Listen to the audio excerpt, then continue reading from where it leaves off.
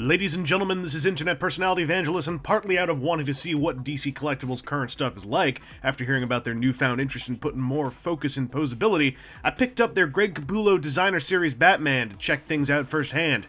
I may have also done this to tide myself over, as at the time I had just heard news about the Bruce Timm designer figures. Funny how all that turned out. Anyway, this video's all Capullo. Now let me be straight up front. I don't really keep up with DC Comics right now, so I'm not intimately engaged with Greg Capullo's material month to month, but I've tried to do my due diligence via Google image search. Anyway, the main things that stuck out to me were the head and the shape of the shoulders. The slightly angular nature of Batsy's shoulder silhouette feels in line with the style I've seen in the art I've looked at on Google image search. And that head sculpt is a great translation of Capullo's work with its helmet forehead and square-jawed scowl. The minimal paintwork on that powerful portrait is punchy and crisp, bringing it to life when it's in the light. But hell, check it out in the dark. Holy super noir, man. The cape of the bat has got a nicely neutral sculpt, looking either wind-blown swishy or wind-blown static, depending on how you tilt your head.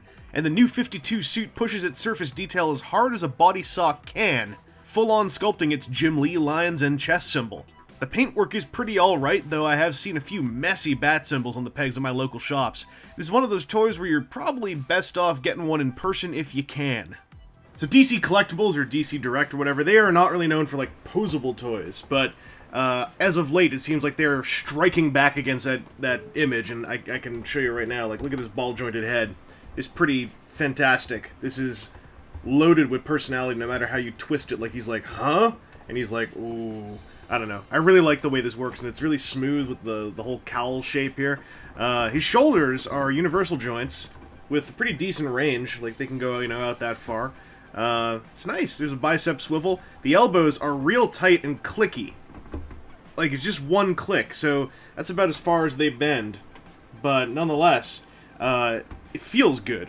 I wish there was, like, another click or something. Oh, sorry, there's two clicks. I had them bent slightly already. So yeah, from straight... Oh man, there we go. You get 2 clicks. His wrists swivel, and so does the glove part. Now the glove part swivels autonomously, but it kind of looks dumb if it's not like this, because anything else and it starts looking like a glove that was put on improperly. His wrist can swivel on its own, and it's got a little hinge joint here, so you can be all like punching a dude, and then like, I broke my wrist when I punched that guy in the face. Why did I punch Superman? He's also got an ab crunch, and it's got a couple detent points as well. There's a lot of detents in this guy's posability, which is great up until a certain point where they stop existing, but we'll get there later. The waist swivels properly, all nice and happy. He's got very interesting hips. They're just ball joints.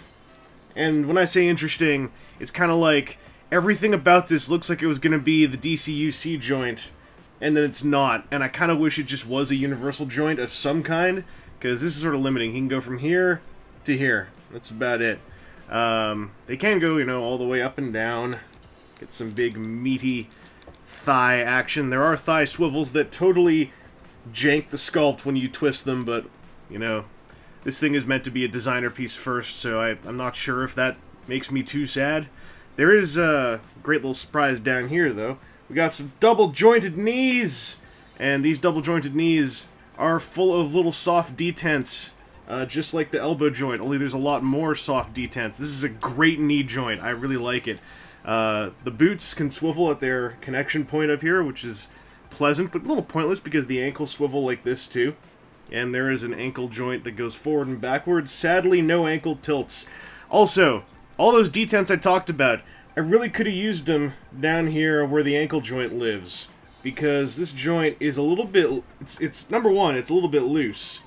Number two, it's the load-bearing joint for the entire figure, so when you put this guy down and you want him to stand up, you kind of have to give him a center of balance, and I've actually been surprised at how many times I could get him to just sort of stand. It's not like his cape does a whole lot to prop him up, because it is kind of just, you know, this floopsy PVC material. So, you know, he's standing. But just as much as he's standing here, you can be trying to get him to just, like, be in an akimbo, like, I'm gonna stand on the shelf pose, and then he starts tipping around, or he starts tipping forward.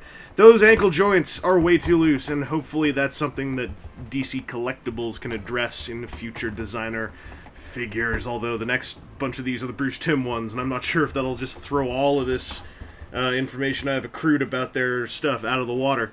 This guy does have some accessories. He comes with 3 batarangs, and they go into one of his hands, and only one of his hands. But it's a pretty good, tight fit. Like, you stick it in here, and just jams in, and he's all ready to, you know, whip it at someone.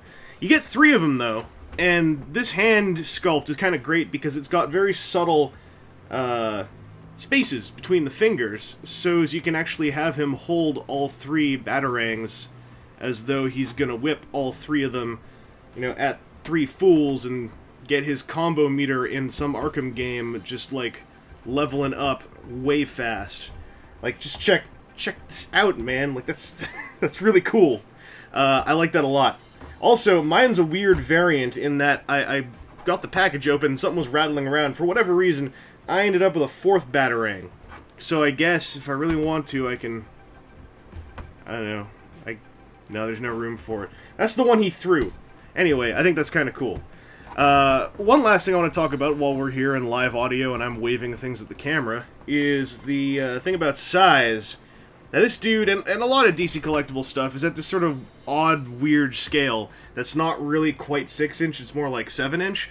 And I have a 6-inch 1/12 scale figure here just to kind of illustrate that, like, it doesn't look terrible next to him, but Batman looks really big next to this guy.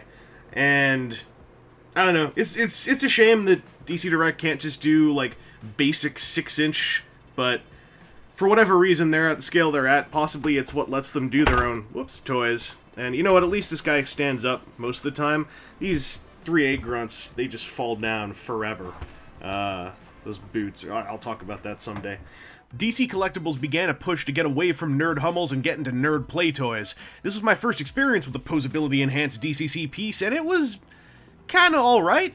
The loose ankles are a big bummer, but I see a lot of potential here. The sculpt is fantastic, and when the paint's properly applied, it looks punchy the way I like it. And from what I've read, this is one of the best Batman they've made, and while I do think it's a great figure, I hope it's not the ceiling of what we'll be seeing from DCC in the future. A strong sculpt that pushes hard to be as usefully and naturally posable as it can be is what I want to see most from North American figure companies like DC Collectibles, and I want this to be an early step forward with many more steps forward to come.